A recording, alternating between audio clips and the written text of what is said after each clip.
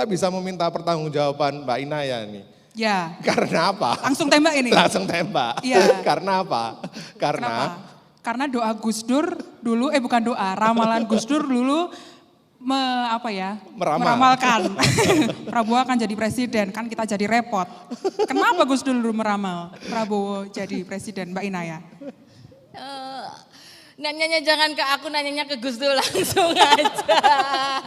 Karena kemungkinan aku juga menanyakan hal yang sama.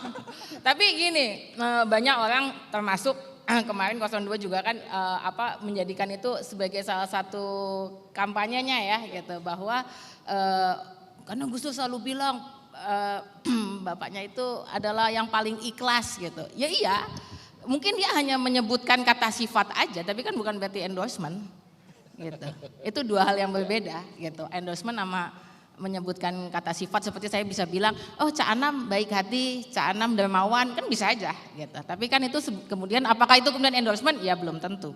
Silakan nanya ke Gus Dur langsung aja. Kalau itu aku nggak bisa jawab. Pasnya karena pernah nanya, Mbak. Iya. Tapi tadi kan di beberapa video itu ya Mbak, bahwa ada beberapa catatan gitu, bahwa karena Prabowo sekarang sudah menjadi presiden dan sejak awal banyak kritik dialamatkan kepada pemerintahan Prabowo. Bahkan sebelum dia memulai pemerintahannya dengan membentuk kabinet yang sangat gemuk. Komentar Mbak, dulu ketika almarhum Gus Dur membuat kabinet, gimana tuh? Dan sekarang dibandingkan dengan kabinet yang begitu besar dari Prabowo.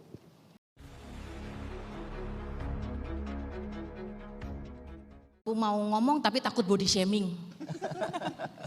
Kalau nyebut kata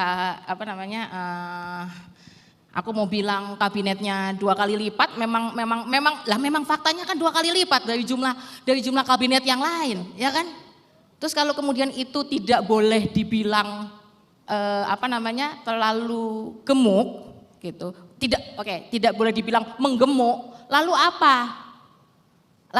Kata sifat yang tepat? Menggelembung. Kan sama aja.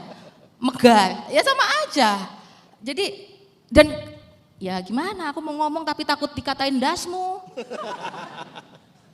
Jadi ya gitu sih. Tapi gini, sebenarnya yang lebih penting adalah responnya kemudian. Kita bisa lihat itu tadi berapa menit sih videonya? Sekitar 2 menit. 2 menit aja ya. Bisa bikin darah mendidih begitu cepat. Marah kan? dong ini benar. Tapi kalau tadi kembali ke pertanyaan bagaimana membentuk kabinet. Dulu Gus Dur seperti apa membentuk kabinet, mungkin dengan mengedepankan merit system kah? Atau bagaimana dulu Gus Dur ini ya menempatkan orang-orang di kabinetnya? Aku nggak ikut diajak ya dulu waktu Gus Dur bikin kabinet itu satu. Yang kedua jumlahnya juga nggak jauh beda dari yang sebelum-sebelumnya dan sesudah-sesudahnya. Jadi maksudnya ya proporsional aja. Bahkan kita tahu sendiri di zaman Gus Dur ada departemen-departemen yang dihapus malah gitu kan.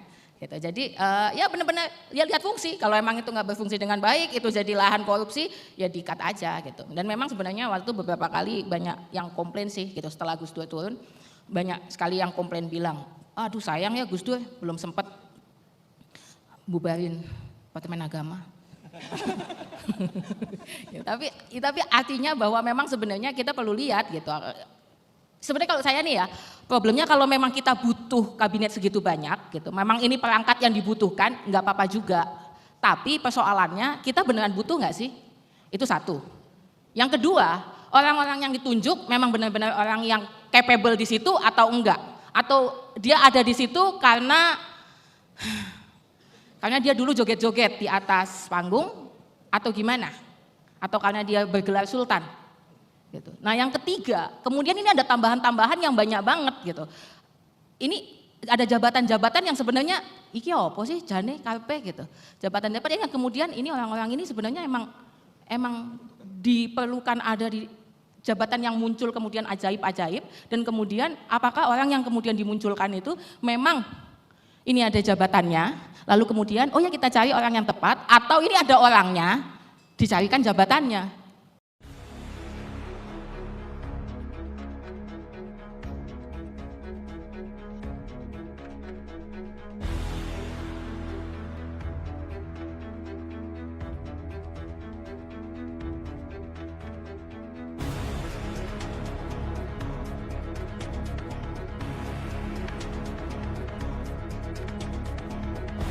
terbentuk dan sudah ada ininya ya. Saya itu sebetulnya enggak mau lah ya mau ini bicara yang lain. Kita ngeliatin apa yang diterapkan di dalam ininya host saja lah ya. Tetapi di sini ada unsur-unsur untuk menghilangkan isu.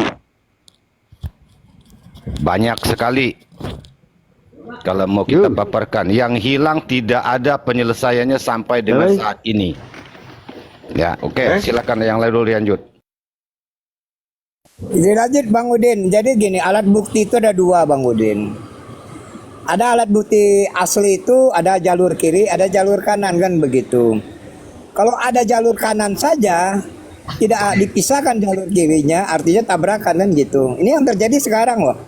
Siap. Adanya hukum itulah, adanya hukum itu memisahkan jalur kiri dan jalur kanan kan itu adil kan gitu. Ya. Ini yang kita tunggu. Nah, ya, sekarang begini, Bang, ya. Yang bisa mengambil keputusan itu karena di sini ada persengketaan, yang bisa membelah tengahnya itu adalah penegak hukum. Ya, itu yang dimaksud Bang Udin. Artinya Itu. kita menunggu kan. Jadi kita menunggu tidak penegak bisa hukum. kita Nah, katakan cuman gini, penegak Bang Udin. hukumnya ini kan Kita memang tidak harus bisa mengatakan transparan bahwa di ini situ. asli atau palsu dulu kan. Nggak Biarlah bisa jalur seperti hukum, itu. biar jalur Ya, hukum oke, yang sorry. bermain kan di sana. Dengan caranya catatan independen kan begitu. Terbuka. Oke. Kita saksikan mana jalur kiri, mana jalur kanan. Nanti bisa kita nilai. Oh, ini jalur kiri, ini jalur kanan. Nah, nanti bagaimana keputusannya? Kita nanti bisa menyaksikan bersama. Kalau yang salah dimenangkan atau yang benar dibenarkan, ya itu mungkin bisa kita mengambil kesimpulan, oh ini sudah benar kan begitu keadilan hukumnya. Tapi kalau yang salah dibenarkan, yang benar disalahkan, dan disitulah kita akan bisa menilai dasar hukum kita nggak jelas kan begitu. Ini yang Oke, dimaksud Bang Andres. loh. Ya. Ya, siap. Bentar Bang Andres, tahan dulu Bang. Kasih yang lain dulu kesempatan narasi semuanya. Oke, terima kasih Bang Andres dan Mbak Udin. Nanti saya akan kasih waktu lagi Anda bernarasi. Silakan Pak mantan Presiden menanggapi. Ya, masih menjadi pembicaraan yang seksi dalam tanda petik ya. Ini semakin melebar kemana-mana gitu kan. Tatkala kita mencari sebuah kebenaran di suatu masalah, ya, sang juru kunci ini kemana ini? Ya, saya mau membuka dari situ dulu. Guru kunci yang saya maksud ini adalah Kasmujo. Kenapa Kasmujo seolah-olah dibisukan gitu loh. Nggak ada namanya Kasmujo dipanggil ke pengadilan atau dimintai keterangan di kepolisian, itu nggak ada. Entah saya yang kurang baca berita atau memang tidak ada berita tentang itu gitu. Itu satu. Ya, yang kedua, saya merasa malu gitu. Saya merasa malu harus mewariskan ini ke anak cucu saya nanti. Yang kita tunjukkan, yang kita berikan tontonan kepada mereka-mereka yang nanti akan mengurusi negara ini, ya begini. Masalah-masalah yang sebenarnya bisa diselesaikan dengan baik-baik, bisa diselesaikan dengan santun, tapi enggak. Semua harus diselesaikan dengan gontok-gontokan, ya, argumentasi yang tidak bisa selesai. Kubu yang pro mengatakan begini, kubu yang kontra mengatakan begini. Mau sampai kapan kita kayak begini? Logis sedikit berbicara, logis sedikit ketika berpikir, itu penting. Jangan hanya memendam kecintaan yang fanatik gitu loh. Kalau cinta terlampau fanatik, semua bisa gila. Makanya secinta jangan cinta mati gitu loh. Ada sisakan ruang untuk berpikir secara logika, berpikir secara waras.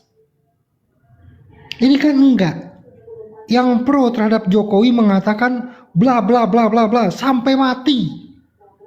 Bahkan mengatakan menghina secara pribadi itu nggak bisa. Yang diserang ini Jokowi, bukan pribadi. Saya nggak nyerang Pak Andreas, saya nggak menyerang Agung, saya nggak menyerang Bunda Dewi. Yang kita serang ini kebijakan. Paham nggak kalian semua? Saya rasa masalah ijazah palsu ini saya rasa harus secepatnya diselesaikan. Semua pihak yang terlibat, semua pihak yang terkait harus ikut bertanggung jawab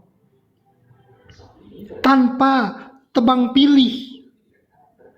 Tidak ada yang terlindungi.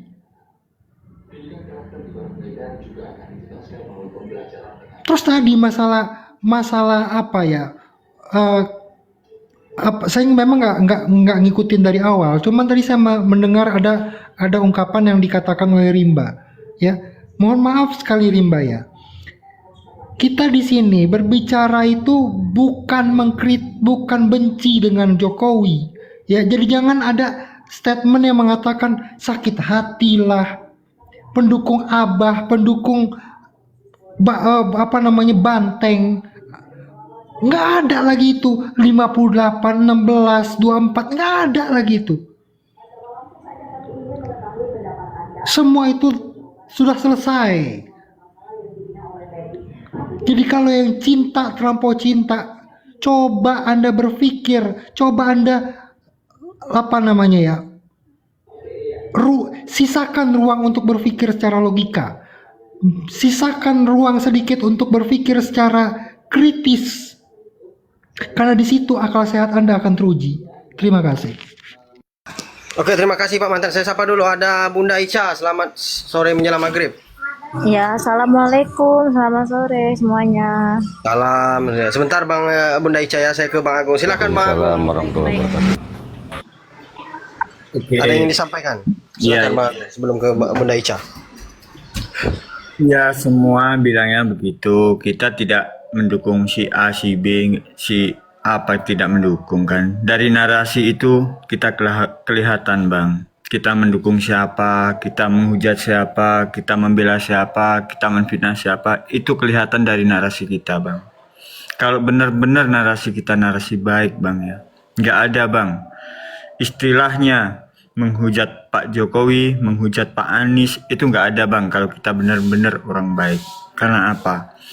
Di sini Bang ya, sudah jelas-jelas si Roy Suryo itu yang menuntut ijazah Pak Jokowi. Udah, itu aja, biar mereka yang bicara. Kita nggak usah ikut-ikutan menyuarakan. Itu Bang. Kita hanya menyuarakan di komal-komal ini apa? Bikin gaduh Bang. Jujur, pendukungnya Pak Jokowi pasti nggak terima Bang. Kayak aku ini, pasti nggak terima. Kenapa? Karena Pak Jokowi selalu dihina, dihujat, dicemooh. Iya kan? Padahal si Roy Suryo udah ya yang mengurus ijazah. Padahal dia yang menggugat. Tidak ada yang menggugat di sana. Tapi mengapa di komal-komal selalu ijazah, ijazah dan ijazah? Coba. Boleh saya tanggapi nggak? Ya, silakan. Interupsi boleh? Sebentar, Halo? saya mau menanggapi. Oke ya, lanjut. Apa kemudian Bunda Ica atau si siapa nih? Oh, nama Ini. nanggapi Bang. Sedikit aja. Ya. Sedikit aja. Ini ya. Sedikit aja saya. Sedikit. Oke. Oke, mohon maaf Kak Ica. Aduh, saya jadi lupa lagi tadi ngomong apa. Oke. Ya. Ya, yang Bang Agung katakan itu betul. Ya. Kita buka komal begini bikin gaduh iya. Ya. Tapi nggak ada salahnya bang dia.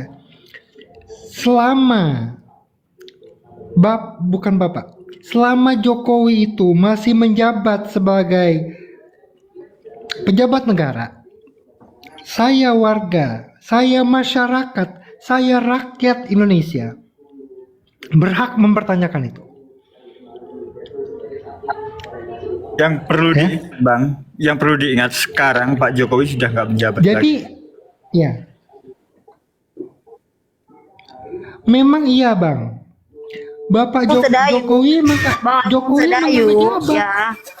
Gini bang, Bang Agus Sedayu, walaupun Jokowi tidak menjabat, tapi setidaknya Jokowi itu pensiun itu masih digaji dengan uang rakyat bang. Jadi kita sebagai rakyat juga berhak mengkritisi karena selama ini Jokowi sudah tidak menjabat lagi itu masih digaji pakai uang rakyat bang.